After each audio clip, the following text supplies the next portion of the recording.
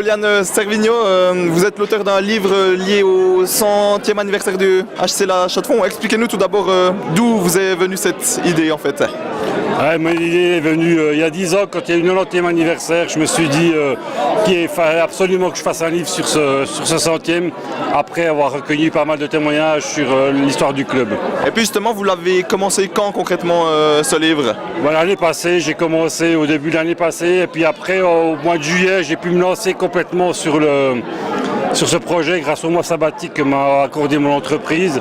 Et puis j'ai pu me lancer complètement sur ce projet, faire des recherches et avancer vraiment sur ce projet qui avait été bien consolidé avant, mais là j'ai pu commencer.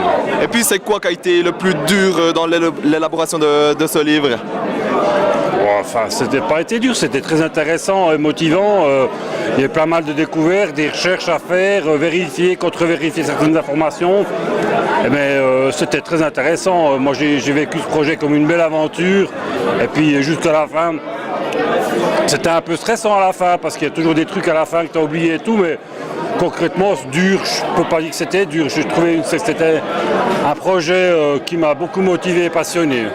Et puis justement, dans ce livre, il y a peut-être une anecdote qui vient en tête comme ça directement, amusante, drôle. Ouais, il y en a 1000 des anecdotes. Voilà, je peux raconter 500. Je veux dire, ce bouquin a plein d'anecdotes. On peut rappeler l'anecdote des frères Voumard quand ils sont venus à la Chaux-de-Fonds de Tramelan. Ils venaient les trois depuis Tramelan en véhicule et un jour, c'était dans les années 1920, donc ils sont arrivés en véhicule, ils sont tombés en panne à cause de la neige. Et pour finir, ils sont arrivés à la patinoire du collège avec la calèche du lait.